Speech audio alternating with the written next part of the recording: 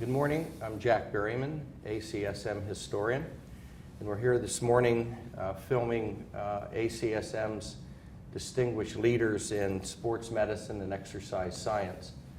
And I want to welcome Jason Conviser this morning. Jason, thanks so much for coming. Thank you for the invite. It's a privilege. I just wanted to start out, if you could tell us a little bit about your youth, where you grew up, high school days, and then off to college and what you majored in, Okay. and then we'll go from there. Sure. I grew up in Evanston, Illinois, went to Evanston Township High School, and I was the proverbial jock. Yeah. And didn't have any idea what I wanted to do. Except play sports, right? It was a good thing. It was fun. I had great friends. It was easy to meet people. And I didn't have a plan after that. Mm-hmm. I went to Ithaca College Oh, in Ithaca, New York. Know it well, yeah. And what they did with me was one of the 3 or 4 most important parts of my career is that they took me from being a doer to helping people learn how to do.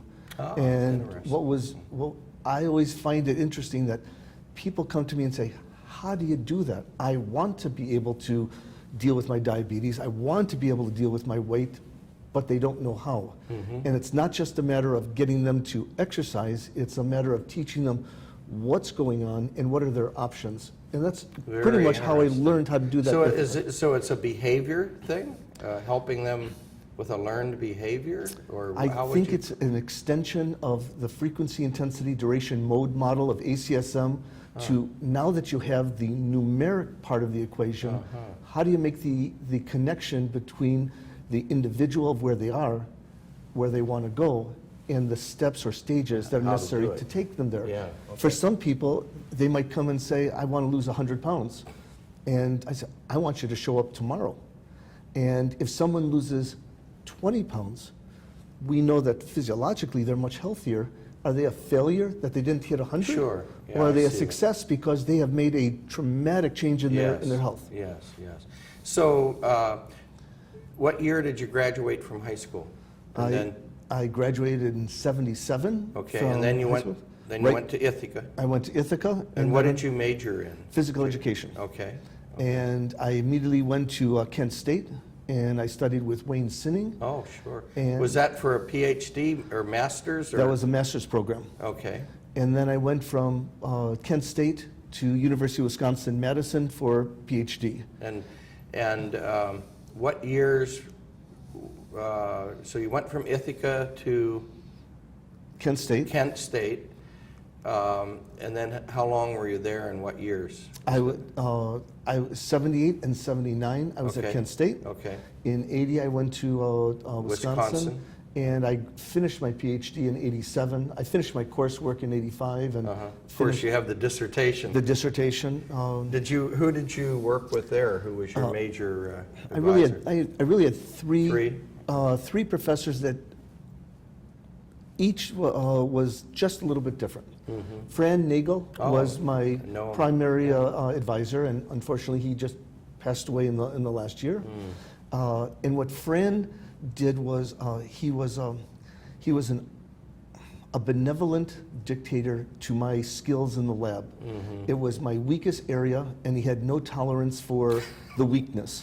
And in hindsight, and in my career, that was very good. Yeah. But going through that process wasn't such a Wasn't nice that process. exciting at the time? But he was good at what he did, and he was doing what a master professor, what an advisor Yeah. should do. Yeah. The second person I worked with was Henry Montoy. Oh my heaven. And Henry, Two classics. absolutely, and he talked to me about the big picture. And his Tecumseh study Yes. showed that it's not just a matter of doing a single study and then going on to something else. There's a life of That information, longitudinal stuff. and that was very, very important. Yeah. And the third, who may be the most important professor in my entire career, was Bill Morgan. Oh my. And yeah. Bill Morgan always had a saying, "What next?" And He's a great guy. We've corresponded over the years. And his ability to help me think about what's going on has transcended exercise physiology. It's helped me in business. It's helped me in all kinds of Well, environments. that's that psychological background that Bill brings. It's the psych background, but there's a process of an order. An order of a way of Yeah, dealing yeah. with information. Okay. And sometimes the information, the numbers by themselves, don't tell the whole story. Yeah, yeah. And what Bill was able to do is really help me work with what's really going on in this single study or in this process that people are going through. Mm-hmm. So, Jason, was it at Kent State that you intersected first with ACSM? Or I joined. do you remember? I joined ACSM as a freshman at Ithaca College Oh my heavens! when the first That's really when amazing the for first freshmen. ACSM guidelines came out, and it was in the Yeah, tiniest yeah. paperback form. Yeah. And I thought Edition 1. Edition 1, and I never saw myself as Wow. a physical education teacher, and this thing was putting more structure to the area that I have an interest in. My whole career has been the Yeah. deconditioned population. Yeah. I don't work with athletes. I don't work with the average individual, Mm-hmm. but give me somebody who's a diabetic, cardiac, osteoporosis, Mm-hmm. somebody who is 80, 90, 100 years of age, Mm-hmm. someone who has a second heart, second set Yeah, of hips. wow. I find that population so interesting, and the structure of the guidelines allowed to expand into those populations. Mm-hmm. Was there a faculty member at Ithaca then that was involved in ACSM that directed you to it, or did you just hear about it, or do you remember? There was a professor in happened? anthropology. And at that time, we never talked about ACSM I when wondered. I was at Ithaca College. Yeah, but you joined because though I as a saw it freshman. As a freshman. And there was an anthropology professor, his name was Joel Shavasinski. And he did he was a young professor at the time, and he did his work at the North Pole. And he talked about getting the fanciest jacket and the fanciest boots and the fanciest clothing to go do his research. And when he got there, he found out that even though everything was by marketing what he needed to have, it was all inappropriate for his environment. Yeah. And that helped me think about, with exercise and wellness and the people I deal with, is even if I have the perfect treadmill and the perfect weight station and the perfect environment, Good point. it may not be perfect for the clients that I'm working with. Yeah, yeah. And that's how I made that transition from, okay, I have the small picture of the individual, but I better think about it in their terms and not what just the books say, or Yeah.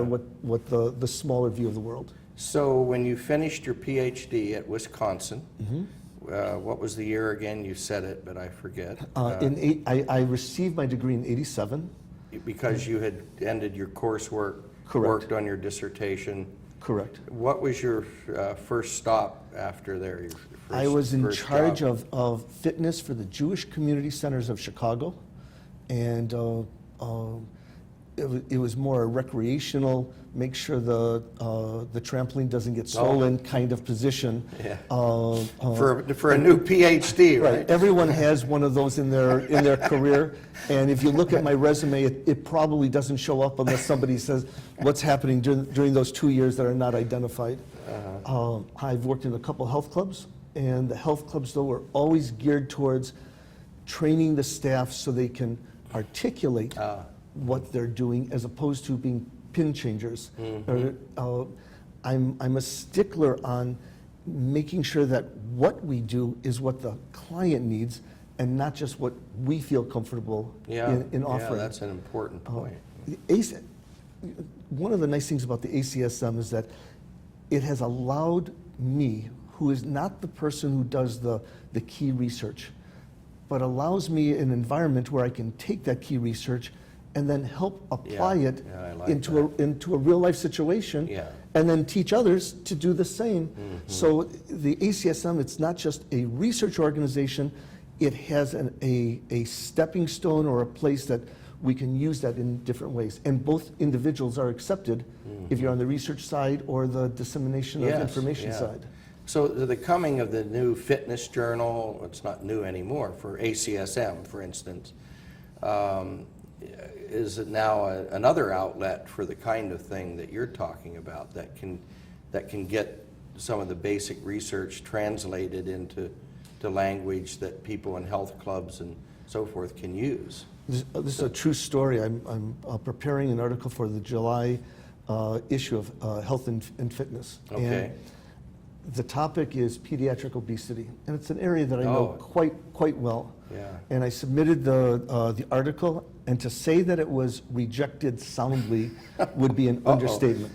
And I go, how is it the guy who professes to be able to translate this in a way, how does it get rejected? And Brad Roy, who's a wonderful reviewer and wonderful editor, said, you have to follow your own lead. It has to be even more practical. Okay. And it has to be how to, and how to for this person, how to for that person. Yeah. And if it doesn't work, what are your options to change so that it's not just a single strategy, which shows the evolving part of what ACSM is. Yes. So that was his key, or his core competency, now has to go back and even think more about how to So present that you're information. revising it as we speak? Or is it done? It's done, but I have written books in shorter time than it took me to get this article accepted. Well, but it's done. I'm talking with Brad at 1 o'clock, so should I put in a good word? Or? He will. You know, one of the nice things about peer review is that it's not adversarial. Right. The whole purpose is to make things better. Absolutely. And your name's on it. And my name is, and I want it to be an excellent document. Absolutely. So instead of seeing it as an attack, Yeah. I saw it as a professional, collegial way of being better. I was the editor of a journal for 7 years, and I ran into that because people didn't understand that we were there to try to help them Absolutely. have a better article Right. with their name on it. It wasn't our name. Right. It I was an agree. improvement, and so I understand what you're saying. So, yeah, I'm go sorry. ahead. Well, after Wisconsin, Yeah. what I wanted to do. Yeah, after the Jewish Community Center, we wanted. It was clear that my entrepreneurial desires were not being satisfied with what I had learned through my entire previous career. So I went back to business school at Kellogg at Oh, my Northwestern, heavens. and Kellogg was an interesting place because not only did it teach me how to monetize what we were doing, it helped me with the language of business so that when we had these programs or services or products, we could talk about them in ways that companies or business leaders would understand, as opposed to, this is really good because it'll make you healthy. Yeah, And they go, I well, see. that's not what I'm thinking You about. had Is to sort of what's my learn the- return on investment? How do I add this to an existing program? What are the costs? What are the returns on investment? That's the language of our world. Yeah. Was that an MBA program, An MBA. Jason? Okay. What a neat move that was. So with the Ph.D. and MBA, Yeah. it has allowed me then to not only be entrepreneurial, but allow me to take the foundation of ACSM and put it in a variety of different places. So what was your next stop then after the I 2 became- years?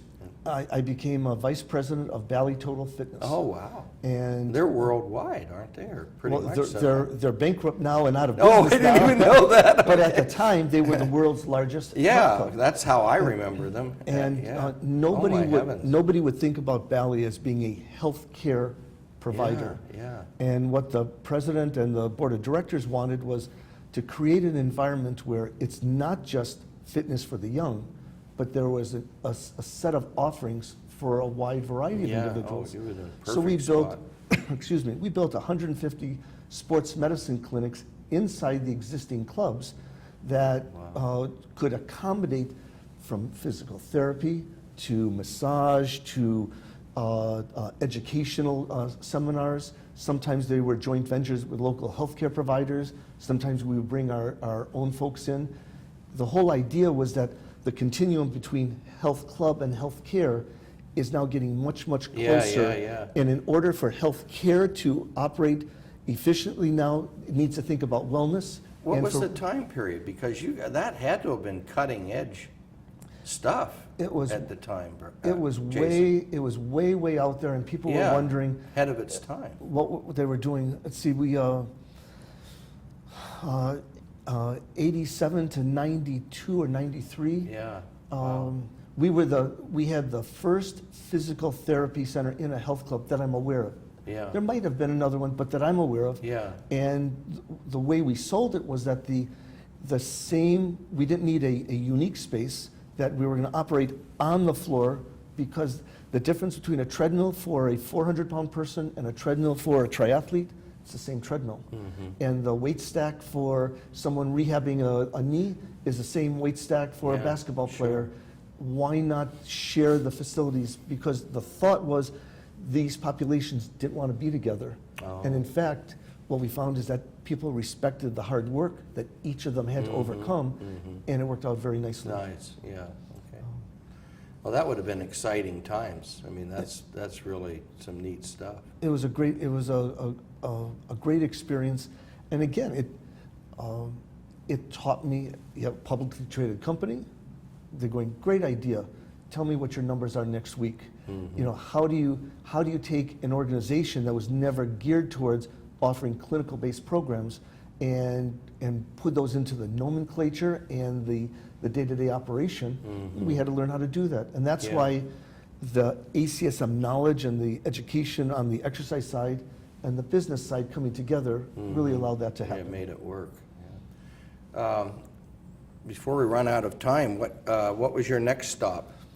After I left Bally, I became an entrepreneur, and I specialize in medical fitness settings, build medical fitness centers, help facilities modify and graduate into medical fitness centers, eating disorder clinics, I see. anorexia, bulimia, obesity, morbid obese, super morbidly obese. An area which that lifestyle medicine now is really Unfortunately, we have so much business because of, Yeah. what we've done that's with a our good way health to and with our describe country. it. Yeah. But the key, everyone's talking about weight management, but our philosophy and what I try to teach is it's not just frequency, intensity, duration, mode. It's understanding that small changes can turn out to be larger changes. And if weight is not the only measure of success, that more control of eating, better sleep, better habits during the day instead Yeah. of binging, that if we only measure success by weight, it's a tough win. Sure. Yeah, But we that can makes help sense. people regain control in their lives. And if I were to summarize what ACSM is, it's an organization that allows or helps people regain control. Yeah. As athletes, That's a good point. as super morbidly obese. Yeah, and wherever everyone you're else- at on wherever the you're at. continuum. Yeah. That's why what we do is so important if we think about it that way, as opposed to only athletes or point. only a specific group. Jason, do you own some of these centers yourself, or are you an advisor, or how is that all set up? Our company is called Ascend Consultation and Healthcare. Okay. And if you want to go to the website, it's Okay. ascendchc.com. Okay. And you'll see not only who we are, but what we are and how we go about doing it. Yeah, it sounds exciting. Well, anyhow, I told you, 30 minutes moves It moves quickly. right along. So thanks so much, Jason. It's an absolute pleasure. Thank you for the opportunity. I enjoyed talking with you.